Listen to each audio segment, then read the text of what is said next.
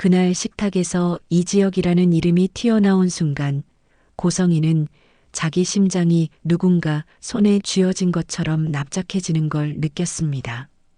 박진석 회장의 집에는 늘 고급스러운 향이 떠돌았는데요. 그날 저녁만큼은 향수보다 사람의 욕망이 더 진하게 퍼져 있었습니다. 박진석은 오랜만에 집에서 만찬을 준비했어요. 겉으로는 가족 식사였지만 사실은 박성재가 따낸 해외 유통계약, 정확히는 6천만 불 규모의 계약을 자축하는 자리였죠. 박진석은 요즘 박성재의 눈빛이 달라진 게 자꾸만 신기했습니다. 회사에 관심도 없고 겉돌기만 하던 아들이 어느 순간부터 대표의 아들이 아니라 경영자처럼 서 있더라고요. 박성재는 와인잔을 들고 자리에서 일어났습니다.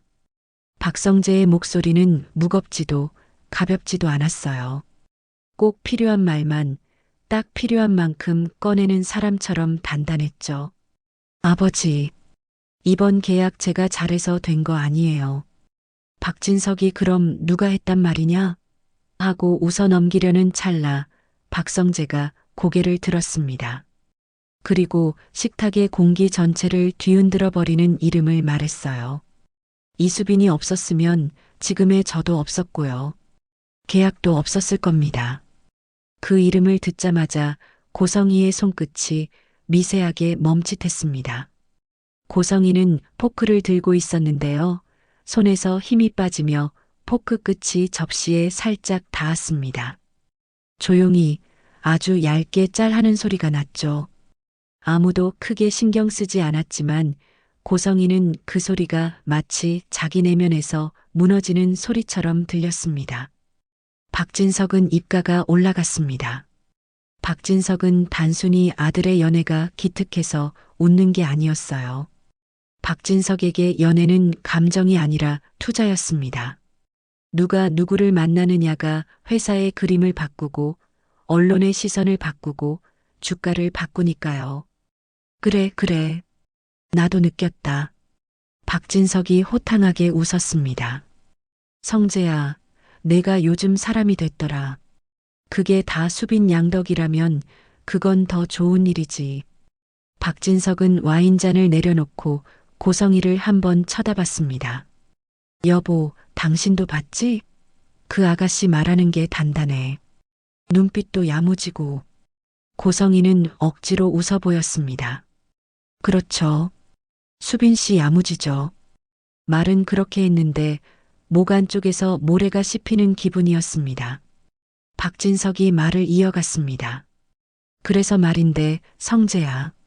그런 여자는 놓치면 안 된다. 날짜 잡아. 빨리 잡아. 결혼도 약혼도. 속도는 우리가 가져가는 거야. 박성재가 잠깐 놀란 표정을 지었다가 이내 고개를 숙이며 미소를 지었습니다. 저도 그 말씀 드리려고 했어요, 아버지. 고성이는 그 순간 웃는 얼굴을 유지해야 한다는 걸 알았어요. 그런데 얼굴이 말을 듣지 않았습니다. 눈가가 먼저 떨렸고 심장이 먼저 뛰었죠. 여보, 그건 너무. 고성이가 급하게 말을 꺼냈습니다. 아직 양가가 제대로 된 것도 아니고요. 수빈 씨 집안이 어떤지도. 박진석은 고성이의 말을 중간에서 끊었습니다. 집안? 당신은 아직도 그런 말해? 박진석의 웃음이 갑자기 사라졌습니다. 내가 알아봤다. 그 집안 우리가 함부로 재단할 수준 아니더라. 고성이의 눈이 살짝 커졌습니다. 알아보셨다고요? 박진석은 천천히 말을 뱉었습니다. 이수빈 양의 오빠, 이름이 이지혁. 그리고 바로 그때였습니다. 고성이의 머릿속에서 누군가가 스위치를 내리듯 기억이 번쩍 켜졌어요. 몇 달 전 아주 치욕스러웠던 장면이요. 자신의 고급 코트가 구겨진 채 누군가에게 끌려나가던 그 순간 자신의 손목을 쇠사슬처럼 잡고 차가운 눈으로 내려다보던 남자. 그 남자가 바로 이지혁이었습니다. 고성이는 웃으려 했지만 입꼬리가 움직이지 않았습니다. 박진석은 그 표정을 눈치채지 못했습니다. 그 친구가 AP 인수도 마무리했다더라. 인테리어 업계에서 요즘 제일 뜨는 대표지. 그리고 우리 성재랑은 친구로도 인연이 있고 요즘 프로젝트도 같이 엮일 일이 많아. 박성재가 고개를 끄덕였습니다. 아버지 말씀이 맞아요. 이 지역 아니었으면 이번 해외 플래그십 리뉴얼도 방향이 틀어졌을 거예요. 고성이는 그 문장을 듣는 순간 등골이 얼음물에 젖었습니다. 이 지역이라는 호칭이요. 박성재가 이 지역을 부르며 믿고 있다는 것, 그게 고성이에게는 사형선고처럼 느껴졌습니다. 고성이는 속으로 계산을 시작했습니다. 지은호라는 이름이 떠올랐습니다. 지은호는 이 지역 회사에서 일하는 디자이너이자 AP 인수 TF 팀장이었죠. 그리고 고성이가 몇 달 전 자신의 아들 한우진을 살리려고 정확히는 살린다는 핑계로 지은호를 몰아붙였던 그 장소가 바로 이 지역의 회사였고요. 그날 이 지역은 고성이를 막았고 경비를 불러 내쫓았습니다. 고성이에게 그건 모욕이었고 공포였습니다.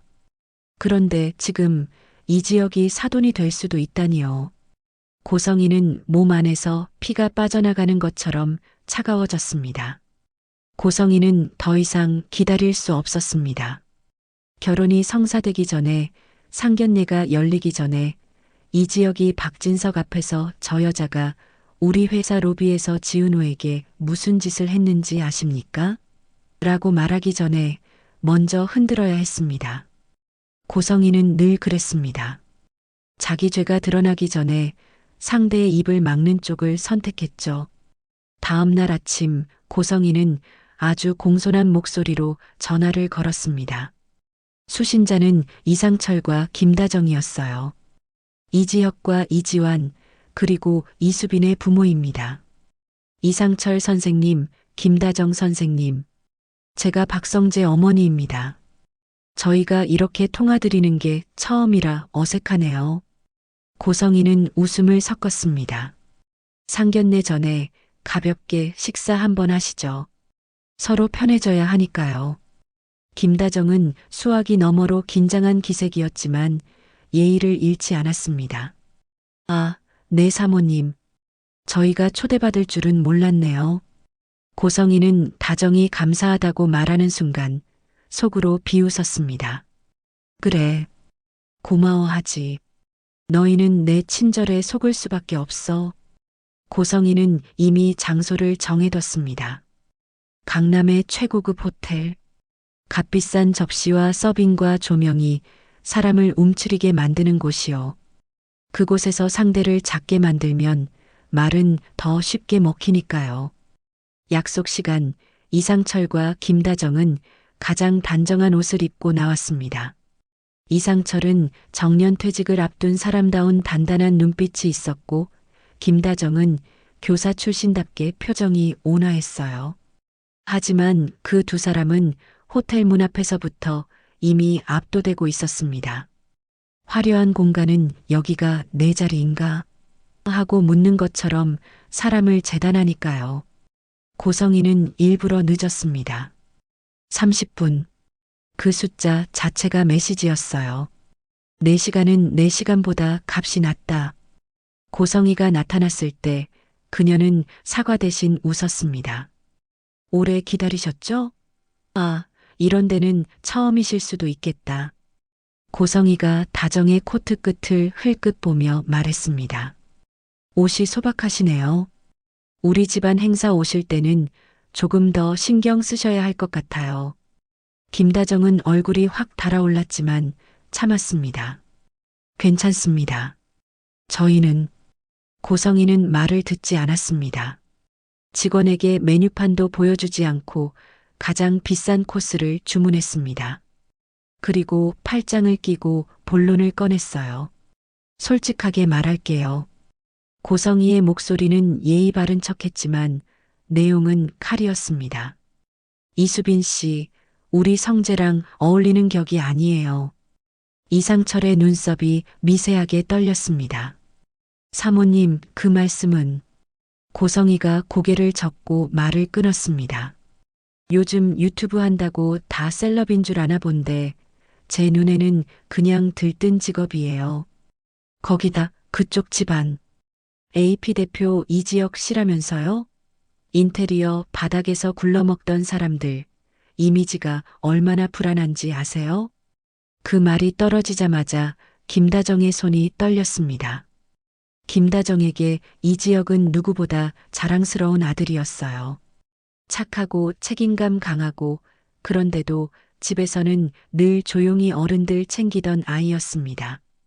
그 아들을 불안한 이미지로 묶어버리는 말, 그건 단순한 무례가 아니라 인격을 찢는 짓이었죠. 고성이는 가방에서 두툼한 봉투를 꺼내 탁자 위에 툭 놓았습니다. 봉투는 하얗고 너무 두꺼워서 더 노골적이었어요. 이거요. 고성이가 웃었습니다. 좋게 말해 위로금. 나쁘게 말하면 정리 비용이죠. 이수빈 씨가 알아서 성재 옆에서 떨어지게 하세요. 딸 교육 좀 시키시고요. 이상철은 손끝이 하얗게 질릴 정도로 주먹을 쥐었습니다. 그러나 목소리는 끝까지 점잖게 유지했습니다. 돈으로 사람의 마음을 사고 자식을 끊으라고 하는 부모는 아닙니다. 봉투 거두세요. 고성이는 대단하네. 자존심은 있네. 하고 웃었습니다. 그리고 아주 가볍게, 아주 잔인하게 덧붙였어요. 그 자존심 당신 아들 이지혁 씨에게도 있길 바라요. 내 눈에는 그 사람 눈빛이 너무 거칠더라고. 마치 사람을 내려다보는 눈빛. 그 말이 이상철의 심장에 불을 붙였습니다. 사모님, 사과하십시오. 이상철이 조용히 말했는데요. 그 조용함이 오히려 단호함이었습니다. 우리 아이들, 그런 취급받을 이유 없습니다. 김다정은 눈물이 고여서 고개를 숙였습니다. 이상철은 김다정의 어깨를 감싸고 자리에서 일어났습니다. 이 결혼, 우리도 원치 않습니다. 더는 들을 가치가 없군요. 두 사람이 나가자 고성이는 승리한 사람처럼 미소를 지었습니다. 그래. 이수빈이 흔들릴 거야. 집안이 흔들리면 연애도 흔들려. 그리고 이지혁은 자존심이 강하니까 박진석 집안엔 발도 안 들이겠지. 그날 저녁 이지혁의 집 분위기는 이상했습니다. 김다정은 소파에 앉아 눈물을 닦고 있었고 이상철은 베란다에서 담배만 피웠습니다. 이지혁은 그 모습을 보자마자 가슴이 내려앉았어요. 엄마, 무슨 일이에요? 아버지, 왜 이래요? 이지혁이 무릎을 꿇듯 앉아 김다정의 손을 잡았습니다. 김다정은 한참을 망설이다가 호텔에서 있었던 일을 털어놓았습니다. 고성이가 어떤 말로 사람을 찔렀는지, 봉투를 어떻게 던졌는지, 이지혁을 어떻게 비하했는지, 그 이야기를 듣는 동안 이지혁의 얼굴은 점점 차가워졌습니다. 평소엔 사람을 쉽게 공격하지 않는 이지혁이었는데요. 가족을 건드리면 달랐습니다. 이지혁은 사람이 사람을 어떻게 대하느냐에 아주 민감한 사람이었거든요. 고성이. 이지혁이 낮게 이름을 불렀습니다. 그 사람이 박성재 어머니 맞아요? 그때 이수빈이 방에서 나왔습니다. 눈이 빨갰고 입술이 떨렸습니다. 오빠 나 헤어져야 돼? 이수빈이 물었는데 사실은 헤어지고 싶어서 묻는 게 아니었어요. 가족이 더 이상 상처받는 게 두려워서 묻는 거였습니다. 이지혁은 이수빈의 어깨를 감싸며 말했습니다. 수빈아, 내가 잘못한 거 하나도 없어. 그리고 헤어질지 말지는 너랑 박성재가 결정하는 거야. 협박하는 사람이 결정하게 하면 그때부터 인생이 망가져. 하지만 이지혁은 알았습니다. 이수빈이 어떤 선택을 해도 고성이의 손이 닿으면 또 상처가 생길 거라는 거요. 그래서 이지혁은 정면 돌파를 택하기로 했습니다. 이지혁은 바로 박성재에게 전화를 걸었습니다. 성재야, 나 지혁이야. 박성재의 목소리는 밝았지만 그 밝음 아래에 긴장이 숨어 있었습니다. 지혁아, 무슨 일이야? 무슨 톤이? 이지혁은 돌려 말하지 않았습니다. 너희 어머니, 우리 부모님을 따로 불러서 모욕했어. 그리고 봉투를 던졌고 전화기 너머로 공기가 얼었습니다. 박성재는 한참 말이 없더니 겨우 숨을 내쉬었습니다. 미안해. 지혁아, 나는 전혀 몰랐어요. 이지혁은 박성재가 모른다는 걸 믿었습니다. 박성재는 사람을 이용하는 스타일이 아니라 사람을 믿고 움직이는 스타일이었으니까요. 몰랐으면 지금부터 알아. 이지혁이 낮게 말했습니다. 그리고 내가 직접 갈 거야. 너희 집에. 지혁아, 지금 오면. 박성재가 숨을 삼켰습니다. 아버지는 좋아하실 거야. 그런데 어머니가. 어머니가 뭐. 이지혁이 짧게 끊었습니다. 내가 더는 당하고만 있으면 다음은 수빈이고 다음은 우리 부모님이고 다음은 또 누군가일 거야. 박성재는 알겠어 하고 답했습니다. 내가 아버지께 말씀드릴게. 지혁이가 온다고. 박성재가 전화를 끊고 박진석에게 이지혁 방문 소식을 전했을 때 박진석은 마치 축제라도 열린 것처럼 들떠했습니다. 그래, 이지혁 대표가 직접 온다고? 우리 신발 매장 리뉴얼도 이야기할 수 있겠구나. 이건 기회야. 그 말을 들은 고성이는 얼굴에 핏기가 싹 빠졌습니다. 고성이는 박진석 옆에서 억지로 웃으려 했지만 손이 떨렸습니다. 이대로면 끝이다. 이지혁이 입을 열면 지은호 이야기가 나오고 그러면 한우진 이야기가 나오고 고성이는 그날 밤 잠을 못 잤습니다. 침대에 누워도 눈만 멀뚱히 뜨고 있었습니다. 머릿속에서 계속 한 장면이 떠올랐어요. 지은호의 머리채를 잡으려 했던 자신, 그리고 그 손목을 잡아멈춰 세운 이지혁의 손. 그 손은 강했고 차가웠고 흔들림이 없었습니다. 고성이는 그 손을 떠올릴 때마다 이 사람은 내 거짓에 속지 않겠다는 확신이 들었어요. 그리고 고성이는 또 하나를 떠올렸습니다. 한우진. 고성이가 박진석을 속이기 위해 미국에 있는 아들로 포장해둔 그 아들. 그 아들이 지금 어디에 있는지 박진석은 모릅니다. 박진석이 모르게 만들어야 했습니다. 박진석이 알면 고성이는 끝입니다. 그런데 다음 날 고성이가 상상하지 못한 일이 벌어졌습니다. 이지혁은 집에 들어오자마자 박진석에게 예의를 갖췄습니다. 깔끔한 수트, 낮은 목소리, 흔들리지 않는 눈빛. 박진석은 그런 이지혁을 보며 더 신뢰했습니다. 역시 소문대로구먼. 고성이는 소파에 앉아 있었는데요. 이지혁이 거실로 들어오자마자 고성이를 똑바로 바라봤습니다. 그리고 미소로 인사를 했습니다. 안녕하세요. 고성의 사모님. 처음 뵙겠습니다. 그 인사는 완벽했지만 그 완벽함이 오히려 칼이었습니다. 난 감정적으로 무너지지 않는다. 난 예의로 당신을 묶어놓고 천천히 죄를 꺼내겠다. 그런 메시지처럼 느껴졌죠. 박진석이 고성이에게 여보, 인사해야지. 라고 말했을 때 고성이는 겨우 자리에서 일어났습니다. 그리고 이지혁과 눈이 마주쳤습니다. 이지혁의 눈동자가 미세하게 흔들렸습니다. 아주 짧게. 기억한다는 흔들림이요. 하지만 이지혁은 바로 표정을 정리했습니다. 그 순간 고성이는 소름이 돋았습니다. 이지혁은 이미 다 알고 있는데 지금은 말하지 않겠다는 얼굴이었거든요. 이지혁은 그날 대놓고 폭로하지 않았습니다. 대신 아주 교묘하게 고성이를 좋은 며느리 어머니의 역할 안에 가둬버렸습니다. 이지혁은 며칠 전 고성이가 던진 봉투를 꺼내 박진석 앞에 올려놓았는데요. 설명은 전혀 다른 방향으로 했습니다. 회장님, 저희 부모님이 과하게 받았다며 돌려드리자고 하셨습니다. 사모님께서 수빈이 결혼 준비에 보태라며 마음을 써주셨다고요. 박진석은 얼굴이 활짝 폈습니다. 뭐야, 여보.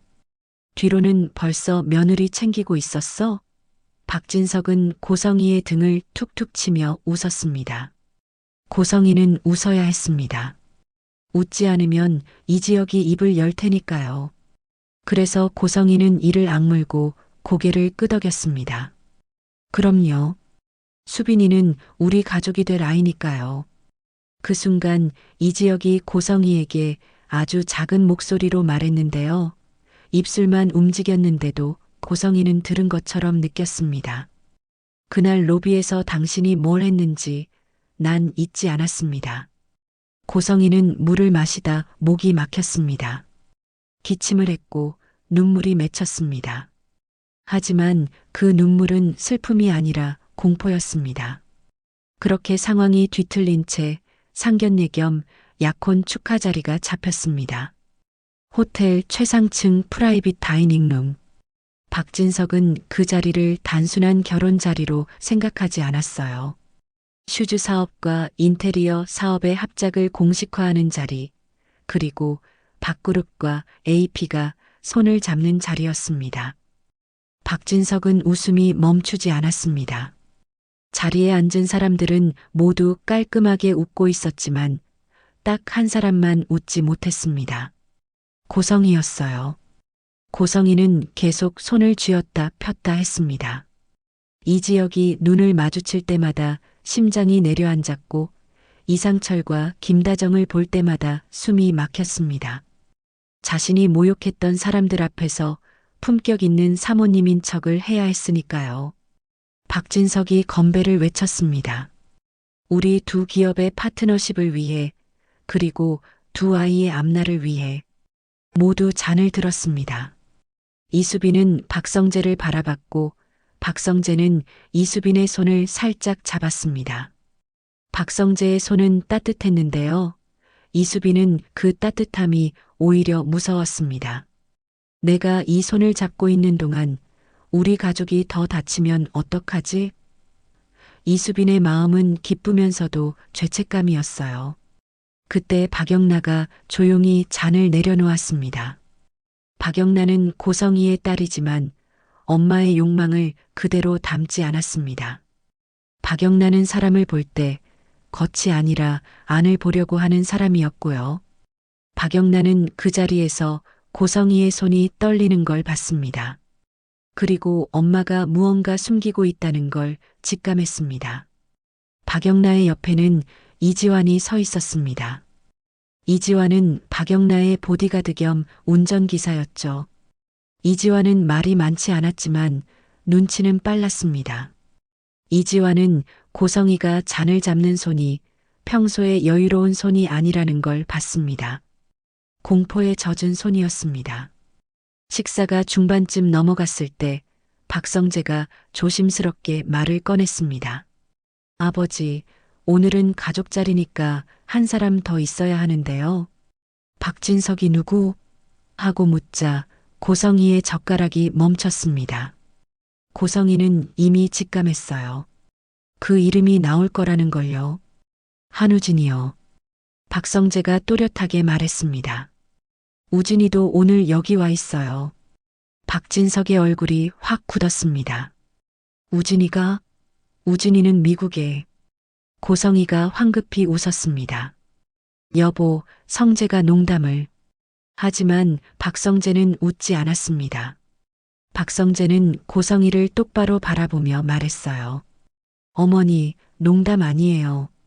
우진이 미국에 없었습니다. 그 말이 떨어지자 방 안의 온도가 내려갔습니다. 이지혁은 잔을 내려놓았고 이상철과 김다정은 서로를 바라봤습니다. 이수빈은 손끝이 차가워졌습니다. 박영란은 고성이의 얼굴이 하얗게 질리는 걸 봤고 이지환은 고성이가 자리에서 일어나 도망치려는 듯 무릎이 움직이는 걸 봤습니다. 문이 열렸습니다. 그리고 한우진이 들어왔습니다. 한우진은 환자복을 입지 않았습니다. 휠체어도 아니었습니다. 다만 얼굴이 조금 마르고 눈밑이 깊었습니다. 그럼에도 눈빛만큼은 살아 있었습니다. 한우진은 문 앞에서 잠깐 멈추더니 방 안을 둘러봤습니다. 그리고 그의 옆에는 지은호가 있었습니다. 지은호는 조용히 한우진의 팔을 잡아주고 있었는데요. 그 손은 단단했습니다. 지은호는 늘 해맑은 사람이었는데 그날의 지은호는 해맑지 않았습니다. 그날의 지은호는 끝까지 버틴 사람의 표정이었습니다. 박진석은 의자가 뒤로 밀릴 정도로 벌떡 일어났습니다. 우진아, 박진석의 목소리가 떨렸습니다. 이게 무슨 일이냐? 너 왜 말도 없이. 한우진은 박진석을 바라보면서도 시선 끝에서 고성이를 놓치지 않았습니다. 고성이는 입술을 깨물고 있었고 손은 무릎 아래에서 떨렸습니다. 한우진은 마침내 입을 열었습니다. 목소리는 담담했는데요. 담담해서 더 무서웠습니다. 아버지, 죄송합니다. 저는 미국에 있었던 적 없습니다. 박진석이 무슨 소리냐 하고 되물었을 때 한우진은 숨을 크게 들이쉬었습니다.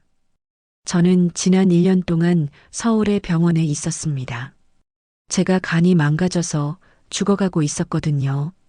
박진석의 얼굴이 순간적으로 하얘졌습니다. 간이 그럼 치료는? 수술은? 그 질문에 한우진이 지은호의 손을 꼭 잡았습니다. 치료는 지은호가 했습니다.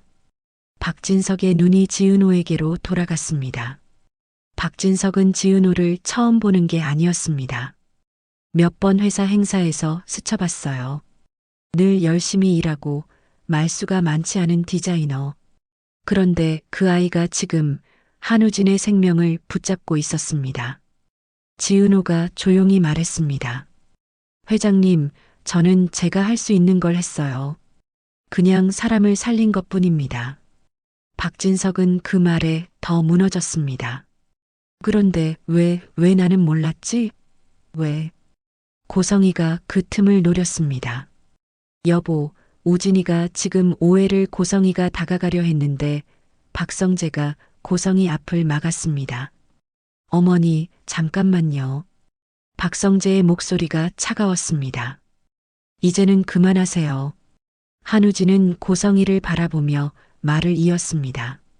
아버지께서 알면 어머니가 두려웠대요. 아픈 아들은 박진석 회장님의 시선에서 밀려날까봐. 한우진이 웃었습니다. 씁쓸한 웃음이었죠. 그래서 저를 숨겼습니다. 제 휴대폰을 빼앗고 제 이름으로 메시지를 만들고 사진도 조작했습니다. 박진석의 눈이 흔들렸습니다. 고성의 당신이? 고성이는 고개를 흔들었습니다. 아니에요. 여보, 난. 그때 이지혁이 조용히 입을 열었습니다. 이지혁은 감정이 폭발하지 않았습니다.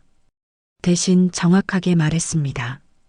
회장님, 사실 확인이 필요하시면 증거가 있습니다. 고성이의 얼굴이 확 굳었습니다. 이지혁의 손이 테이블 위로 올라왔습니다. 작은 녹음기였습니다. 이건 제 회사 로비에서 우연히 확보된 게 아닙니다. 이지혁이 말했습니다. 한우진 씨가 스스로 지키려고 남긴 겁니다. 박진석이 무슨 말이냐 하는 순간 고성이는 몸이 먼저 움직였습니다. 안 돼. 고성이가 소리를 질렀습니다. 그거 틀지 마. 하지만 이지환이 조용히 고성이의 팔목을 잡았습니다. 이지환은 말 한마디 하지 않았는데요. 그 손의 힘이 고성이를 멈춰 세웠습니다. 고성이는 그 손에서 보안팀의 냄새를 느꼈습니다. 도망칠 수 없다는 냄새요. 이지혁이 재생 버튼을 눌렀습니다. 그리고 방안을 가른 건 고성이의 목소리였습니다. 그 목소리는 지금 이 자리에서의 품격 있는 사모님 목소리가 아니었습니다. 누군가를 짓밟을 때 나오는 목소리, 사람을 물건처럼 취급하는 목소리였어요. 지은호, 너 착각하지 마. 내가 널 찾은 건 보고 싶어서가 아니야. 지은호의 얼굴이 하얗게 질렸습니다. 지은호는 자신이 들었던 말이 다시 흘러나오는 걸 들으면서 몸이 얼어붙는 기분이었어요. 내가 녹음된 순간이 지금 이 자리에서 다시 재생된다. 그 공포는 말로 설명하기 어려웠습니다. 녹음기 속 고성희의 목소리가 계속 이어졌습니다. 25년 전 나는 아들만 데리고 나왔어. 딸은 필요 없었거든. 박진석 회장 집에 들어가려면 아들 하나면 됐으니까. 그 순간 김다정의 손이 입을 가렸습니다. 김다정은 눈물을 삼켰고 이상철은 얼굴이 새빨개졌습니다. 박진석은 숨을 못 쉬는 사람처럼 가슴을 움켜쥐었습니다. 녹음은 거기서 끝나지 않았습니다. 너는 우진 살릴 부품이야. 간 줘. 안 그러면 내 주변부터 다 무너뜨린다. 방 안은 정적이었습니다. 사람들은 숨도 못 쉬었어요. 박성재는 이수빈의 손을 더 꽉 잡았고 이수빈은 울지 않으려고 입술을 깨물었습니다. 박영란은 자신이 알고 있던 엄마가 아닌 전혀 다른 엄마를 처음 본 사람처럼 멍해졌습니다. 박영란은 그 순간 자기 마음속의 엄마가 조용히 죽어가는 걸 느꼈습니다. 박진석은 한참을 굳어 있다가 마침내 입을 열었습니다. 목소리가 떨려서 더 무서웠습니다. 고성희. 박진석이 이름을 불렀습니다. 당신이 사람 맞아? 고성희는 무릎이 풀렸습니다. 고성희는 바닥에 주저앉으며 울먹였습니다. 여보 나 정말. 하지만 박진석은 더 이상 듣지 않았습니다. 박진석은 손으로 테이블을 짚고 일어나서 호출 버튼을 눌렀습니다. 보안팀. 지금 당장 와. 그리고 변호사. 내일 아침 첫 시간으로 잡아. 고성희가 비명을 질렀습니다. 안 돼. 여보. 난. 박성재가 고성희를 바라봤습니다. 박성재의 눈빛은 아들의 눈빛이 아니라 밥그룹의 눈빛이었습니다. 차갑고 분명한 눈빛이요. 어머니. 박성재가 낮게 말했습니다. 이제는 제가 더 이상 못 봅니다. 그 말에 고성희의 눈이 흔들렸습니다. 고성희는 박성재를 붙잡으려 했지만 박성재는 한 걸음 뒤로 물러났습니다. 고성희는 그때 깨달았습니다. 자기 편이라고 믿었던 사람들마저 지금은 자기에게서 떨어져 나가고 있다는 거요. 보안 요원들이 들어왔습니다. 고성희는 끌려나가면서도 계속 소리쳤습니다. 우진아, 성재야, 영나야, 나나 엄마야. 하지만 그 외침은 누군가를 울리는 외침이 아니라 누군가를 더 차갑게 만드는 외침이었습니다. 한우진과 지은호는 서로의 손을 잡은 채 고성희를 바라보지 않았습니다. 그건 엄마를 잃는 슬픔이 아니라 자신을 죽이려 했던 사람과의 악연을 끊는 얼굴이었습니다. 고성희가 밖으로 끌려나가고 문이 닫혔습니다. 방 안에는 긴 침묵이 흘렀습니다. 박진석이 의자에 털썩 앉아 손으로 얼굴을 가렸습니다. 박진석은 울고 있었는데요. 그 울음은 사랑에서가 아니라 믿었던 세계가 무너져서 나오는 울음이었습니다. 박진석은 결국 지은호를 바라봤습니다. 그리고 조심스럽게 불렀습니다. 지은호. 지은호의 눈에는 처음으로 회장이 아닌 아버지의 얼굴이 있었습니다.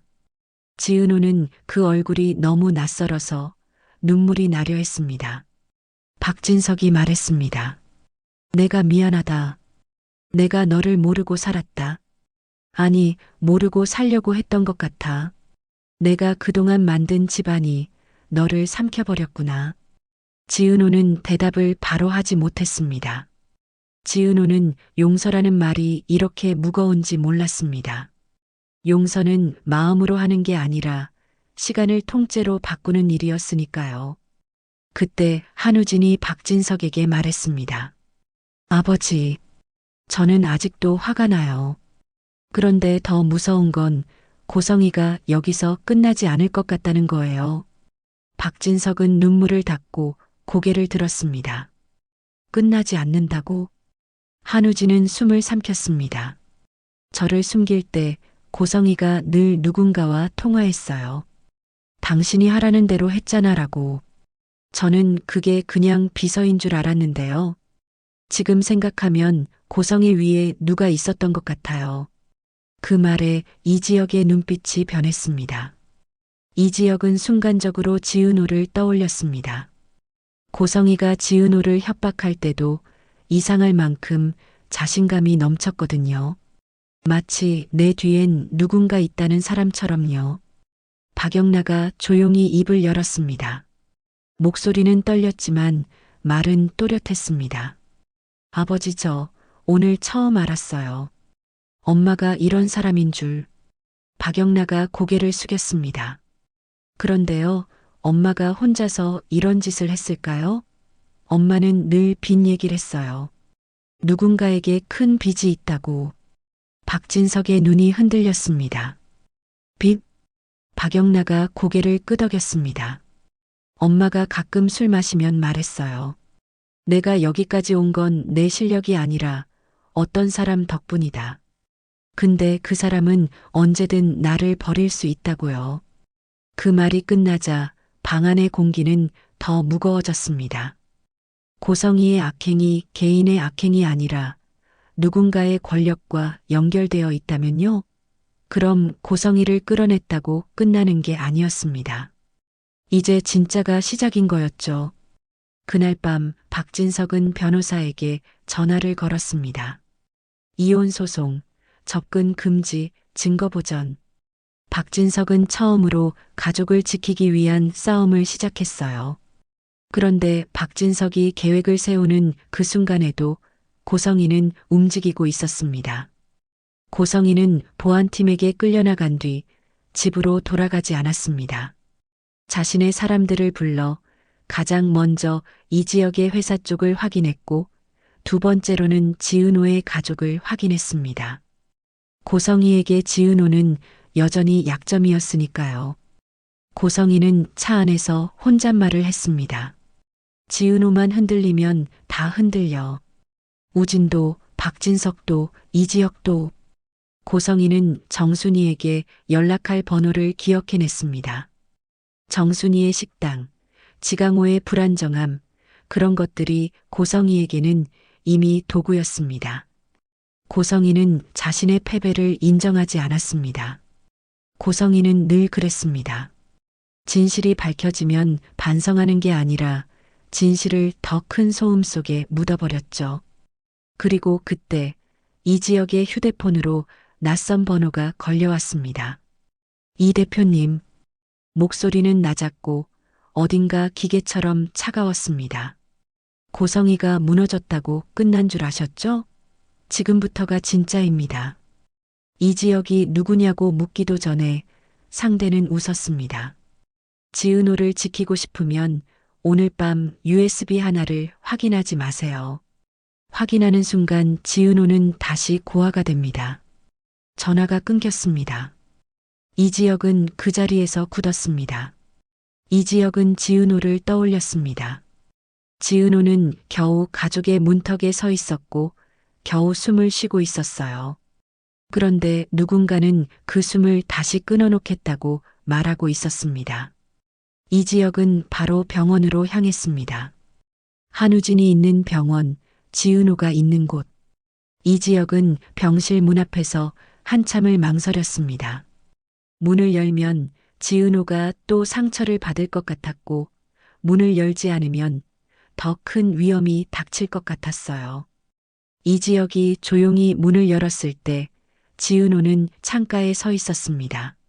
지은호의 손은 떨리고 있었는데요. 그 떨림은 수술 후유증이 아니라 인생이 흔들리는 떨림이었습니다. 이지혁이 낮게 불렀습니다. 지은호. 지은호가 고개를 돌렸습니다. 그리고 억지로 웃었습니다. 대표님, 저 회사에 피해 주는 거죠? 이지혁은 한 걸음 다가가서 말했습니다. 피해 주는 사람은 너 아니야. 너는 살아남은 사람이고. 지은호는 눈물을 참다가 결국 숨을 내쉬었습니다. 근데요, 대표님. 세상은 살아남은 사람을 칭찬하지 않더라고요. 오히려 의심하더라고요. 왜 너만 살아? 이런 눈빛으로요. 이지혁은 대답 대신 손을 뻗어 지은호의 어깨를 잡았습니다. 그리고 아주 낮게 말했습니다. 그래서 더 지켜야 해. 내가 무너지면 고성이가 원하는 대로 되는 거니까. 지은호는 이지혁의 손을 느끼며 숨을 삼켰습니다. 지은호의 마음은 복잡했습니다. 이지혁은 믿고 싶었고 동시에 두려웠어요. 내가 의지하는 사람까지 위험해지면 어떡하지? 지은호는 그 공포를 너무 많이 배웠습니다. 그때 한우진이 침대에서 조용히 말했습니다. 지혁 형. 이지혁이 고개를 돌렸습니다. 한우진은 이지혁을 바라보며 말했어요. 저 고성이가 우리를 버린 날 저는 기억이 하나 더 있습니다. 이지혁의 눈빛이 좁아졌습니다. 무슨 기억? 한우진은 숨을 들이쉬고 아주 천천히 말했습니다. 불길 속에서 고성애 말고 다른 사람이 있었어요. 고성이가 누군가에게 약속대로라고 말하는 걸 들었습니다. 그 사람이 누구인지 저는 얼굴이 생각이 안 나요. 근데 목소리는 계속 남아 있어요. 지은호의 손이 차갑게 식었습니다. 지은호가 고개를 들었습니다. 오빠 그게 무슨 말이야? 한우진은 지은호를 바라보며 미안한 얼굴을 했습니다. 은호야, 나는 너를 버린 게 엄마 혼자 결정이 아니었을 수도 있다는 생각이 들어. 그 순간 병실 문 밖에서 발소리가 멈췄습니다. 누군가 조용히 문고리를 잡았습니다. 이지혁은 본능적으로 몸을 돌려 문 앞을 막았습니다. 문이 아주 조금 열렸고 낯선 남자의 목소리가 낮게 들려왔습니다. 이지혁 대표님, 지금 여기 계신 줄 알았습니다. 회장님께 전할 말이 있어서요. 고성이는 입이 열리면 안 된다고. 이지혁은 눈을 가늘게 떴습니다. 누구냐? 남자는 대답하지 않았습니다. 대신 한 장의 명함만 문틈으로 밀어 넣었습니다.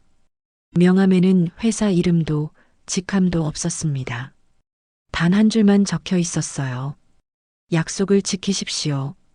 이지혁이 명함을 집어들자 남자는 이미 사라지고 없었습니다. 지은호는 그 명함을 바라보며 속삭였습니다. 대표님 저 또 도망쳐야 하는 걸까요? 이지혁은 명함을 주머니에 넣고 지은호를 바라봤습니다. 그리고 말했습니다. 도망치는 건 이제 그만하자. 이번에는 우리가 잡자. 하지만 이지혁의 마음속에도 두려움이 있었습니다. 이지혁은 고성이 같은 사람을 상대하는 게 처음이 아니었어요. 고성이는 혼자서도 충분히 잔인한데 그 위에 누군가 더 있다면요? 그럼 싸움은 더 길어지고 더 더러워집니다. 그리고 그때 이지환이 박영라에게서 메시지를 받았습니다. 이지환 씨, 엄마가 지금 누구랑 통화하는 거 들었어요. 이제 지은호부터 처리한다라고요. 이지환은 그 메시지를 읽고 손이 굳었습니다. 이지환은 박영라의 안전을 지키는 사람이었지만 지금은 지은호와 한우진도 위험하다는 걸 알았습니다. 그리고 이지환은 결정했습니다. 오늘부터는 단순히 운전기사로 남지 않겠다고요.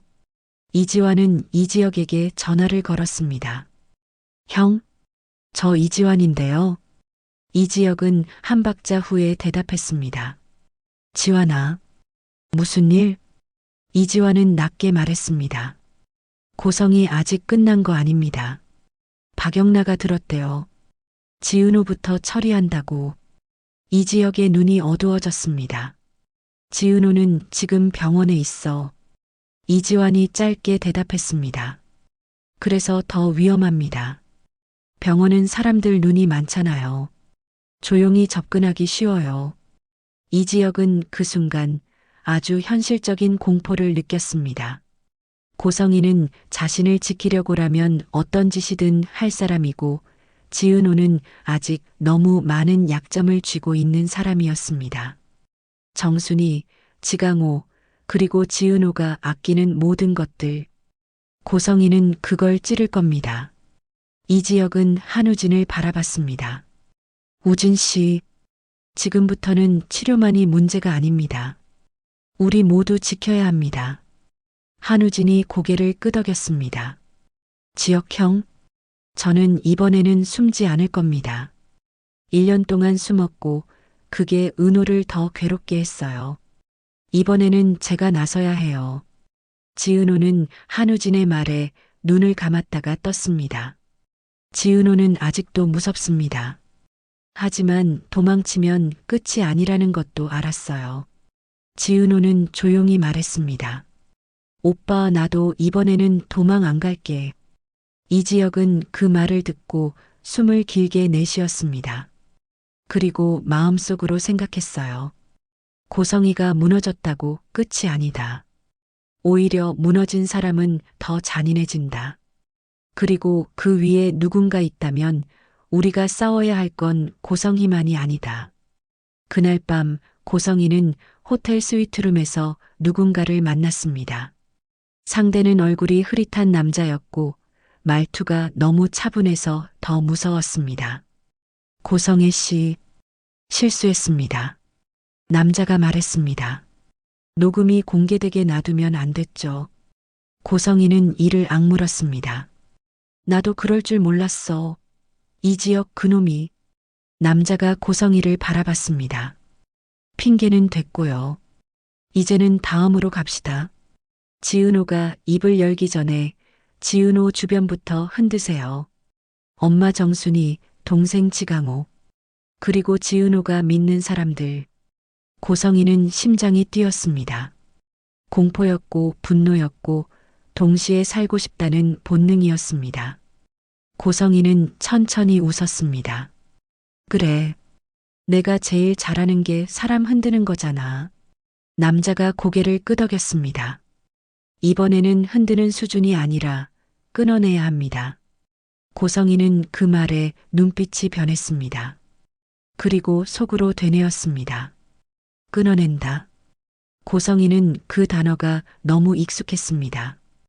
25년 전에도 누군가를 끊어냈고 그 덕에 지금의 자리에 있었으니까요. 그런데 고성희는 모릅니다. 자신이 끊어내려는 사람들 지은호, 한우진, 이지혁 이제는 서로를 붙잡고 있다는 걸요. 그리고 그 손은 생각보다 더 단단하다는 걸요. 아직 한 가지가 남아 있었습니다. 녹음기에는 모든 진실이 들어있지 않았습니다. 한우진이 말한 불길 속 다른 사람의 정체, 박영나가 들었다는 빚의 주인, 그리고 약속을 지키라는 명함의 주인. 그 모든 것이 연결되면 고성희는 단순한 악녀가 아니라 누군가의 꼭두각시였다는 사실이 드러날지도 모릅니다. 지은호는 병실 창밖을 바라보며 속삭였습니다. 내가 버려진 건 고성희의 선택이었을까? 아니면 누군가의 거래였을까? 그 질문은 아직 답이 없었습니다. 그런데 답이 없다는 사실이 더 무서웠습니다. 답이 없으면 다음 일이 또 벌어진다는 뜻이니까요. 그리고 정말로 그날 자정, 정순이의 식당으로 낯선 사람이 들어갔습니다. 조용히, 너무 조용히. 정순이가 손님이세요? 하고 돌아보는 순간 낯선 사람은 웃으며 말했습니다. 정순이 씨, 지은호 이야기 좀 하러 왔습니다. 정순이의 심장이 내려앉았습니다. 지은호의 이름이 다시 누군가의 입에 올랐다는 것, 그건 곧 또 다른 폭풍의 시작이었으니까요.